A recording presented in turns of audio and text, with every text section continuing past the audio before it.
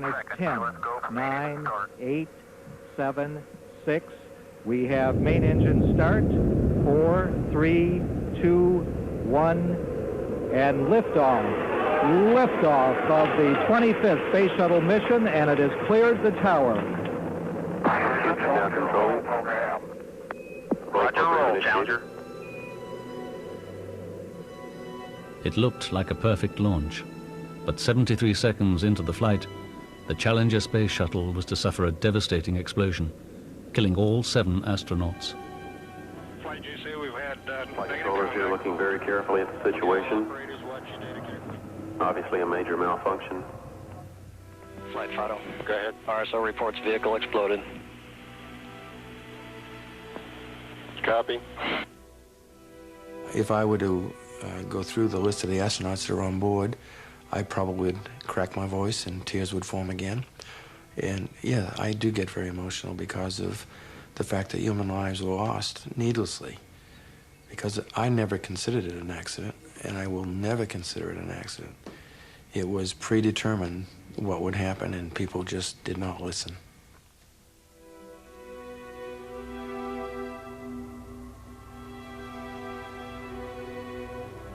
No one regrets more than I the Challenger accident. It was my hardware that I was responsible for that caused that failure.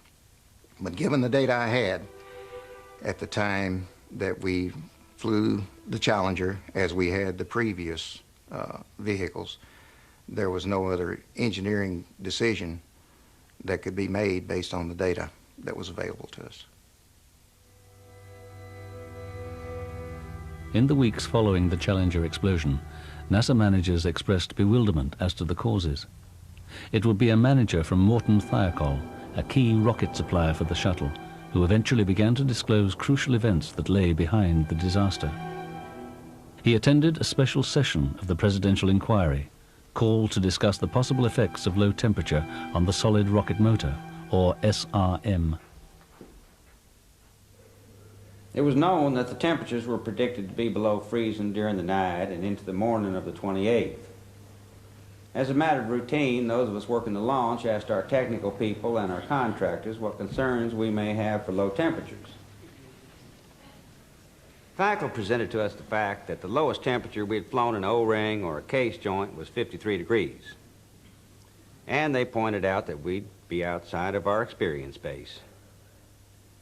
After hearing the discussion, we all concluded that there was no problems with the predicted temperatures for the SRM, and I received a document from Thiokol to that effect, that there were no adverse consequences expected due to temperature during the night of the 27th. Well, my thought is, if it's all right with the other members of the commission, that we have a public session tomorrow, and we'll go on as long as we can. Mr. Chairman, Al McDonald of Morton Thiokol wanted to make a point. Yes, I want to say a point about the meeting. That meeting was set up by Thiokol to review data and concerns about lower temperatures and the basis for that concern.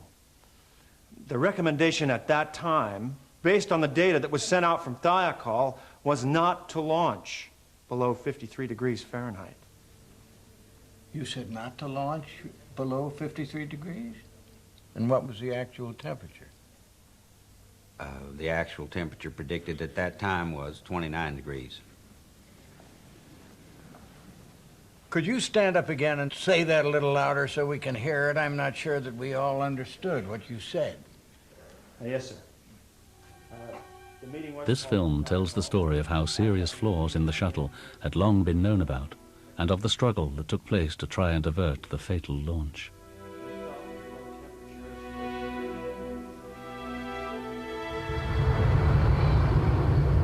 The shuttle was sold to the American public on economy and reliability. It was supposed to fly 24 missions a year, but the reality was often very different. The previous mission to Challenger, known as STS-51C, had been delayed a record 7 times. Challenger itself had slipped back 4 times, jeopardizing the key reason for the flight, the much publicized presidential Teacher in Space program. If the shuttle didn't lift off within 2 days, Krista McAuliffe, the teacher who'd been chosen from 11,000 hopeful applicants, would have to give her lessons from space on a weekend to empty classrooms. But as they tried again on the morning of January the 27th, the launch hit further problems. Say again, please. Good morning, Allison. We've got an exterior hatch lock that isn't closed. OTC-MS2 radio check. Let's not get on the orbiter net and work this problem. Repeated mechanical delays, combined with unusually foul weather at the Cape, eventually made it impossible to launch. This is the launch director. We are a no-go. Good morning, Standing down for today. Looks like we missed the window for the day, gentlemen. We'll advise you about tomorrow. We're bringing a crew out now. Okay, copy that. I think we want to know particularly if there's anything related to the predicted low temperatures that might cause concerns. If you call up your people, we'll meet in conference in 10. NASA engineers now recalled that a previous flight at low temperature had led to problems with the solid rocket boosters, or SRBs, which lift the shuttle into space. They got onto the contractor over 2,000 miles away. From launch director that we are going to scrub for today. Let's hold our breath for another day. That the people will be coming out to the pad to... We got temperature predictions for tomorrow's launch. 25 to 29 degrees. Cancel your Florida vacation. Problem, Roger? It could well be, yeah. Okay. We got to get back to the Cape on this, so you want to gather anything, I'll go get Bob. We'll hash it out in my office. Morton Thiokol had won the contract to build the solid rocket boosters with a highly competitive bid. Roger Beaujolais and Arnie Thompson were their leading experts on a key component in the SRB. Their concerns related to its design. The booster was made up of cylindrical sections. The joints between the sections were sealed by 2 circular rubber rings, called the primary and secondary O-rings, each a centimeter thick and 12 meters long. But right from the first launch, it had been found that the SRB was flexing in an unexpected way, and the O-rings were having to perform a function for which they were not designed. Milliseconds after ignition, the walls of the SRB bow outward, opening a gap between the O-rings and the outer wall. To maintain the seal, the primary and secondary rings have to expand fast enough to close the gap. They must do this in less than a 50th of a second, or hot gases can escape. Known as blow-by, this caused dangerous erosion of the O-rings. But NASA management had so far defined the problems as acceptable risk and continued flying.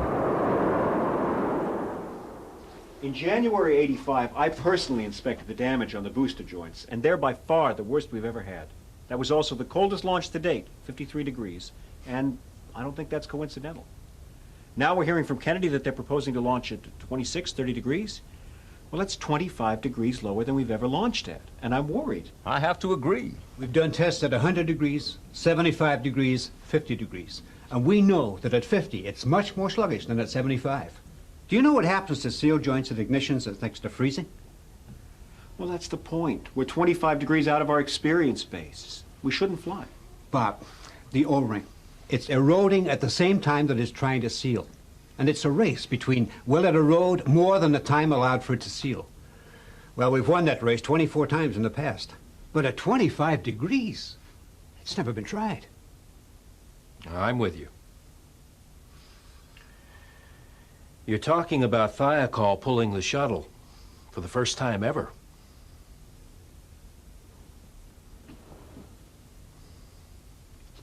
Well, we'd better ready up a hell of a presentation. Bob Lund relayed his engineers' concerns back to their manager at the Cape, Alan MacDonald. Make sure we're in a position to recommend a launch temperature. Just don't recommend a launch. Bob, this has got to be an engineering decision. No, there's still time. There's plenty of time. Roger Beaujolais and Arnie Thompson's concerns with the O-rings were long-standing. Following the discovery of O-ring erosion in earlier missions, Beaujolais wrote a memo to his superiors in July 1985, summarizing the dangers. It is my honest and very real fear that if we do not take immediate action to dedicate a team to solve the problem, then we stand in jeopardy of losing a flight. But Beaujolais' memo was confined to Thiokol and never shown to NASA. People will be coming out to the pad to... The concern about the low temperatures led to a long-distance telephone conference, scheduled to begin at 5:45 Eastern Standard Time. Thiokol engineers in Utah and at the Cape struggled against the clock to prepare a no-flight recommendation, their first in the history of the shuttle. But it was unusual to call a meeting so late, and it took time to gather important personnel. Larry Malloy, NASA's manager for the solid rocket boosters and one of the key people to appraise the Thiokol presentation, had to be called back from his hotel. It was another red faces day for NASA as a trouble-free liftoff proved too much of a challenge for Challenger. And with the weather closing in, it doesn't look good for tomorrow either. George Hardy, deputy director at NASA's Marshall Space Center in Alabama and a highly influential figure, was called back from home. But Leon Ray, who had been one of Marshall's most outspoken critics of the O-ring design and who might have played a significant role in the teleconference, was never called. We get a little cold enough down here and they want to shut the shuttle system down. Well, I'm going to want to know why, and I'm not accepting it on the basis of any hand-wringing emotion. The pressures of cancelling a launch weren't simply on Thiokol's engineers. Mason? There were important implications for the managers, too. Just 1 week earlier, Thiokol's exclusive contract with NASA to build the solid rocket boosters, worth $1 billion, had come up for renewal. Well, if that's what they think, okay.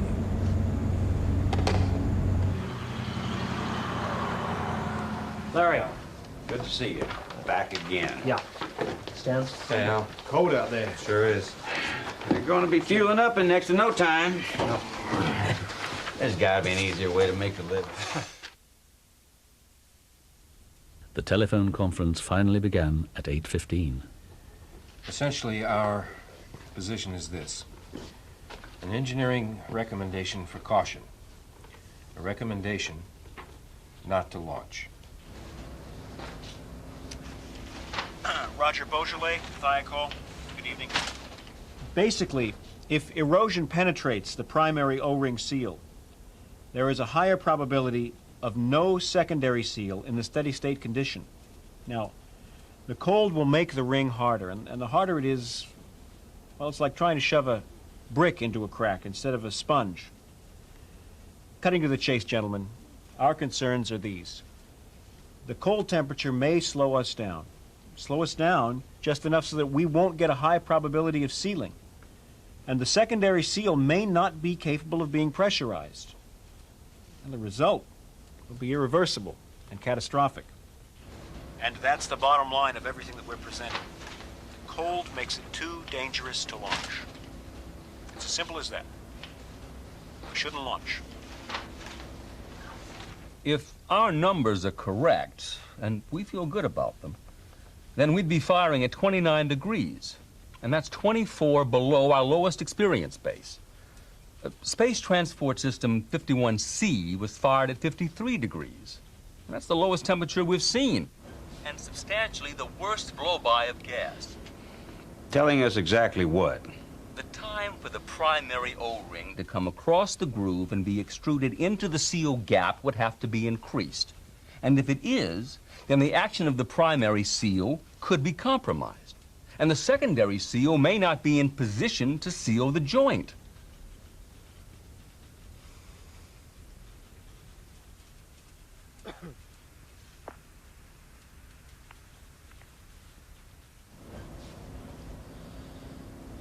Larry Malloy. Now, I got to tell you, fellas, your pitch just doesn't hang together. When you consider it all within the context of all data available, your conclusions just don't add up, Thiokol. Now, how can you tell me that damage to STS-51C was a result of cold, when your second worst case was at 75 degrees, room temperature? Do you see my point? I mean, O-ring damage has had a lot of causes. So what evidence do you have that damage to STS-51C was a result of cold? Can you quantify your concerns? Well, I can't quantify them, no. I've got no data to quantify them. But I do know that we're moving away from goodness in our current database. Yes, there was blow-by at a room temperature launch, but not as much, not nearly as much as there was at 53 degrees. We've been flying since STS-2 with a known condition in the joints that's been duly considered and accepted by Thiel. It's been accepted by me. It's been accepted by all levels of NASA management through the flight readiness review process. This is a condition that we have had since STS-2 that has been accepted. And blow-by to the O-rings cannot be correlated to the temperature by these data. That is indeed telling us that lower temperature is a factor. I inspected the flown hardware myself. Now, you're asking me for data to support my claim. Well, I've got none other than what I'm offering here, but I've been trying to get resilience data, Arnie Thompson and myself both, since last October.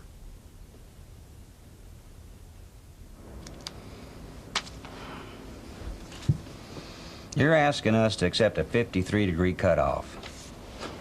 For 19 days in December and 14 so far this month, the ambient temperature has been below that. We were going to launch this morning, and the ambient temperature at 8 a.m. was 37 degrees. But Thiel, you did not raise any concerns then.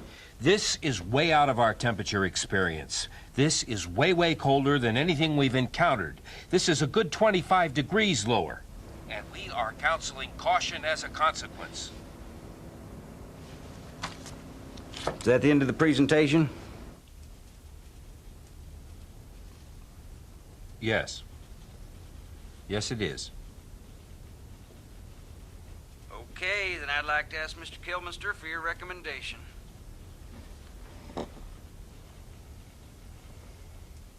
Well, Larry, fire call position is this. A recommendation not to launch. I think we did a fine job because we had one definitive test, albeit preliminary. There was one definitive test that showed that the SEALs perform more poorly at cool weather than at room temperature weather. And as an engineer, I can tell you I only need one piece of negative data to shut something down from going forward. And that's what I tried to do. An engineer evaluating a decision like this one has to rely on the data that's available to support the decision. In this case, there were no data that supported a conclusion of more extensive O-ring damage at the colder temperature. On the contrary, there were data that said that it wasn't as extensive at lower temperatures as it was at some higher temperatures. As the astronauts slept, unaware of the problems, the meeting carried on. What you're proposing to do is to generate new launch criteria on the eve of a launch after we've successfully flown with the existing criteria 24 times. Thiel, you are contradicting the position you took after STS-51C when you checked those rings and you said that the safety factor was very much intact. You guys took the position then that the primary would seal with 3 times the erosion at 53 degrees. Now, all I'm asking is it logical? Is it truly logical that it has to be 53 degrees to fly? I mean, my God, Thiel, when do you want me to launch? Next April? I've been working 13 years on this project. This is the only time, the one and only time we've ever asked for a delay. Usually we're breaking our backs to beat the schedule. At this point, George Hardy, a strong-minded and powerful figure at NASA, was asked for his opinion. Perhaps we could hear from George Hardy at Marshall. What do you think of all this? I've listened to everything that's been said. Frankly, I'm appalled by Thiel's no-launch position. But I won't agree to launch against the contractor's recommendation. Joe, any comments? Ask him for a 5-minute caucus offline. We'd like to propose at this point a 5-minute caucus offline so we can reevaluate the data. Okay. We got a ground crew just starting to get ready to tank up. We need an answer as soon as possible. Let's go get some coffee.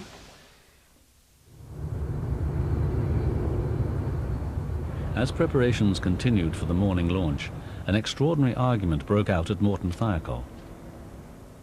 After NASA's robust response to their presentation, Beaujolais and Thompson now found their recommendation being questioned by their own general manager, Gerald Mason. We've been flying with the possibility of blow-by and erosion for a long time now, because we've been confident that these conditions have been acceptable risks. Now, what we have to focus on... The acceptance and success of previous flights should not be taken as proofs of safety.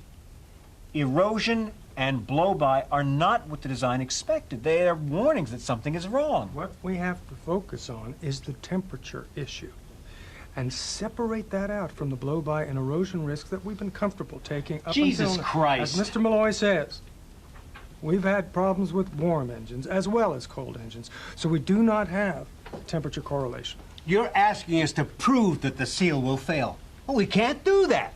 That's impossible. But the cold could increase the probability of failure. Now, look, here's the joint. Now, you know that. Now, what if this happens and that happens? What do you think happened?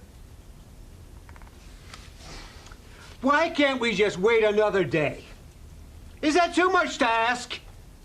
Jesus. Bob. Look at the photographs. Look at the physical evidence. This is showing us the temperature is a discriminator. We asked for 5 minutes. We've been getting comments for near on 20. Seems to me that everyone said what they think. Said it moreover several times. If anyone's got anything new to add, I think we ought to get it out on the table, but there's nothing to be gained by just rehashing. We spent a lot of time here looking at numbers and so forth and calculations.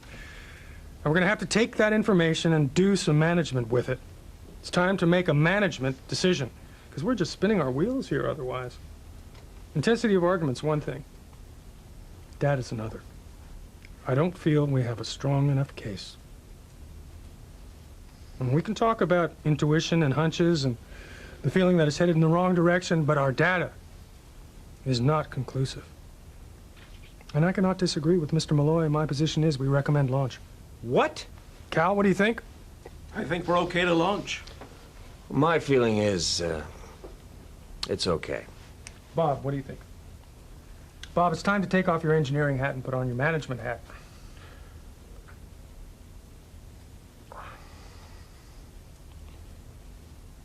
Well, I guess it's all right to launch. Then I guess we're unanimous. I was sick when I perceived that the managers were discussing rationale that would change the decision from a no launch to a launch decision. I had felt all along during that whole day that there was essentially 100% probability that it was going to fail if they launched anywhere around the freezing temperature. And that was basically because of what I had witnessed the year before. And I was sick about it, but I was powerless. MTI assessment of temperature concern on SRM 2551L launch. Temperature data not conclusive on predicting primary O-ring blow-by. This is shuttle launch control at T-minus 2 hours, 28 minutes and counting. Here comes the 51L flight crew boarding the elevator. Engineering assessment for the second time in 2 days. is that if the primary seal does not seat, the secondary seal will seat. Pressure will get to secondary seal before the metal parts rotate, which minimizes sealing time. Ron McNair, pilot Mike Smith, followed by Krista McCullough, feature in space. MTI recommends STS-51L launch proceed on 28 January 1986. SRM-25 will not be significantly different from SRM-15. Commander Dick Scobie now in the White Room, along with Mike Smith, who is the pilot. Are there any disagreements with the Thiokol position? No, well then this meeting is adjourned. You'll let us have that immediately in writing, will you? T-minus 7 minutes, 30 seconds. And the ground launch sequencer has started retracting the orbiter crew access arm.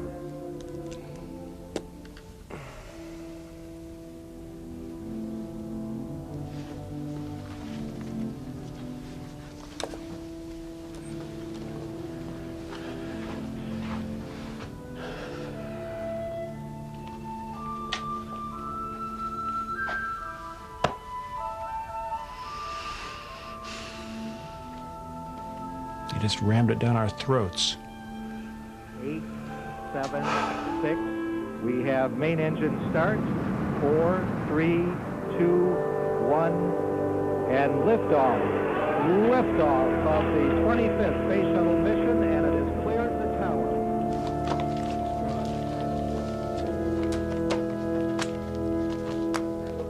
Good roll program confirmed. Challenger now heading downrange.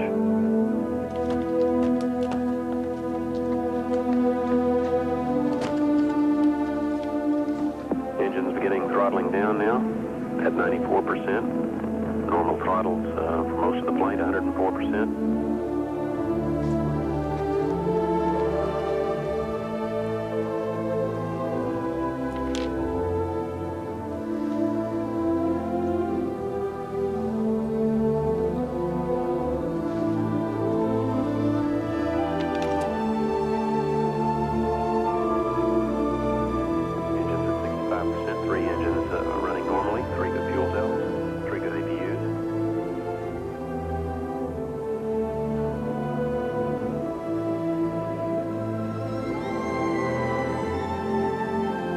Challenger, go and throttle up. Challenger, go and throttle up.